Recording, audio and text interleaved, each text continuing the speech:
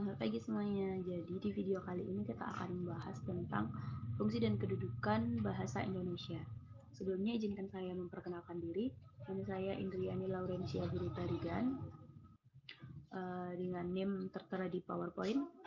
Saya dari kelas Pendidikan IPA B 2019.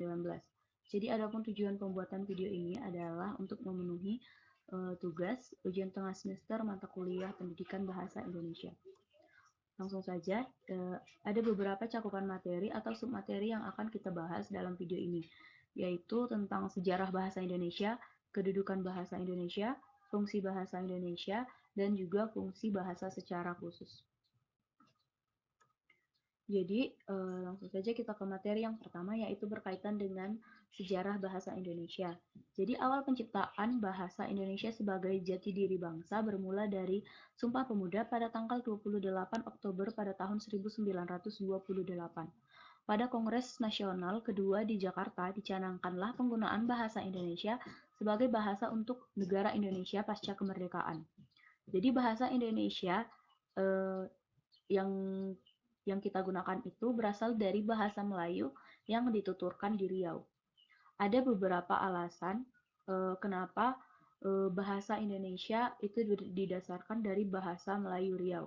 Yaitu yang pertama adalah jika bahasa Jawa yang digunakan, maka bangsa atau pulau lain di Republik Indonesia akan merasa dijajah oleh suku Jawa yang merupakan golongan mayoritas di Republik Indonesia.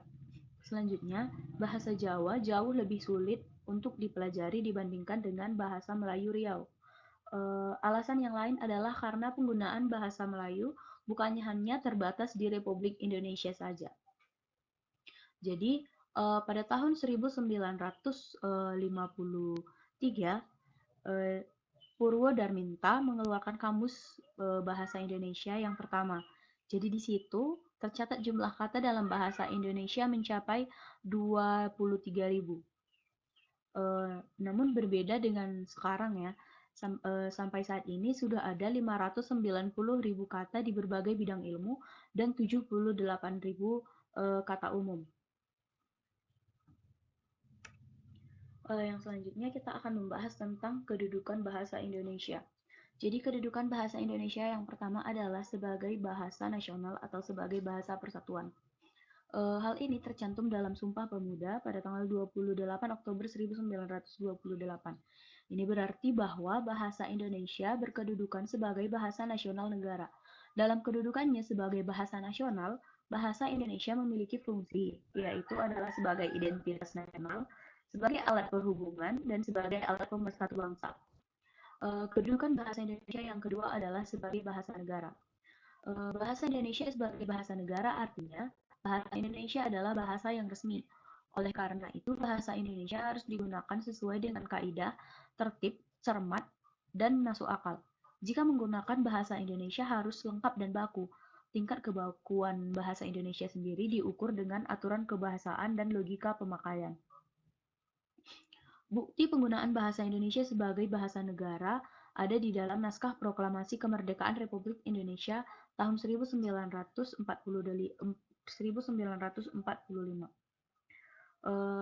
Kedudukan bahasa Indonesia yang ketiga adalah sebagai bahasa ilmu pengetahuan, teknologi, dan seni. Bukti bahwa bahasa Indonesia digunakan sebagai bahasa ilmu pengetahuan, teknologi, dan seni adalah di Indonesia sendiri, mulai dari tingkat taman kanak-kanak sampai perguruan tinggi itu wajib menggunakan bahasa Indonesia.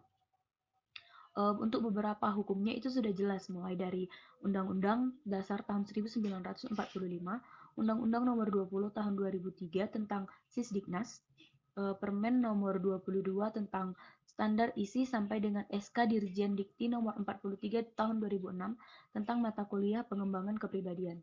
Jadi oleh sebab itu, materi-materi atau buku-buku yang digunakan untuk bahan materi di pendidikan di Indonesia itu pada umumnya berbahasa Indonesia.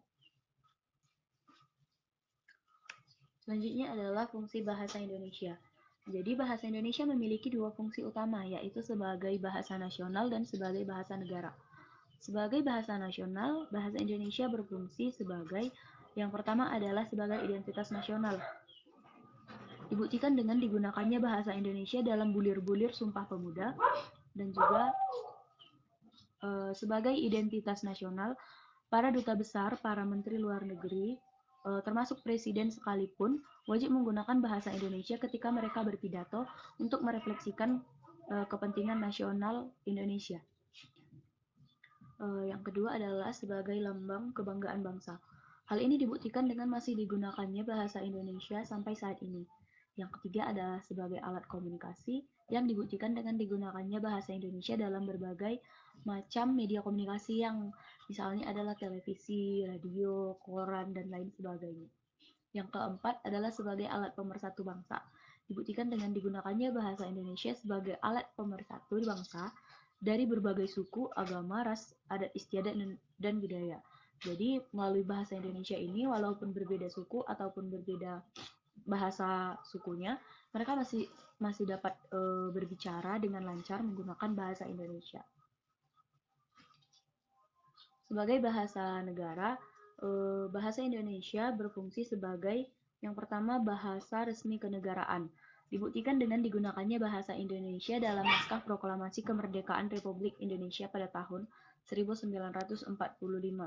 Yang kedua adalah sebagai pengantar dalam dunia pendidikan. Dibuktikan dengan pemakaian bahasa Indonesia sebagai bahasa pengantar di lembaga pendidikan dari taman kanak-kanak. Maka materi pelajaran yang berbentuk media cetak juga harus berbahasa Indonesia. Selanjutnya adalah penghubung pada tingkat nasional untuk kepentingan perencanaan dan pelaksanaan pembangunan serta pemerintah. Hal ini dibuktikan dengan digunakannya bahasa Indonesia dalam hubungan antara badan pemerintahan dan penyebarluasan informasi kepada masyarakat. Yang keempat adalah pengembangan kebudayaan nasional, ilmu dan teknologi. Dibuktikan dengan penyebaran ilmu-ilmu pengetahuan dan teknologi, baik melalui buku-buku pelajaran, buku-buku populer, majalah-majalah ilmiah maupun media cetak lainnya. Karena sangat tidak mungkin bila suatu buku yang menjelaskan tentang suatu kebudayaan daerah ditulis dengan menggunakan bahasa daerah itu sendiri dan menyebabkan orang lain tidak akan mengerti dengan isi dari buku tersebut. Materi terakhir yang akan kita bahas adalah tentang fungsi bahasa secara khusus. Jadi fungsi bahasa secara khusus yang pertama adalah mengadakan hubungan dalam pergaulan sehari-hari. Manusia sebagai makhluk sosial tentu saja membutuhkan interaksi dengan sesama manusia lainnya. Nah, untuk menjembatani interaksi tersebut, manusia membutuhkan bahasa agar mereka dapat berkomunikasi dengan baik. Selanjutnya adalah untuk mewujudkan seni. Bahasa yang dapat dipakai untuk mengungkapkan perasaan melalui media seni, khususnya dalam seni sastra. Terkadang bahasa yang digunakan dalam seni memang memiliki makna denotasi atau makna yang tersirat. Namun dalam hal ini diperlukan pemahaman yang mendalam agar bisa mengetahui makna yang ingin disampaikan dari suatu karya seni tersebut. Selanjutnya adalah mempelajari bahasa kuno. Dengan mempelajari bahasa kuno, kita akan mengetahui peristiwa atau kejadian di masa lampau. Nah, jadi hal ini bisa digunakan untuk mengantisipasi kejadian yang mungkin atau dapat terjadi kembali di masa yang akan datang, atau hanya sekedar mengetahui rasa keingintahuan tentang latar belakang suatu hal. Selanjutnya adalah mengeksploitasi iptek. Pengetahuan yang dimiliki oleh manusia akan selalu didokumentasikan supaya manusia lainnya juga dapat mempergunakannya dan melestarikannya dalam kebaikan manusia itu sendiri. Baiklah, jadi sekian presentasi saya atau penjelasan saya mengenai fungsi dan kedudukan bahasa Indonesia. Lebih dan kurang saya mohon maaf. Terima kasih.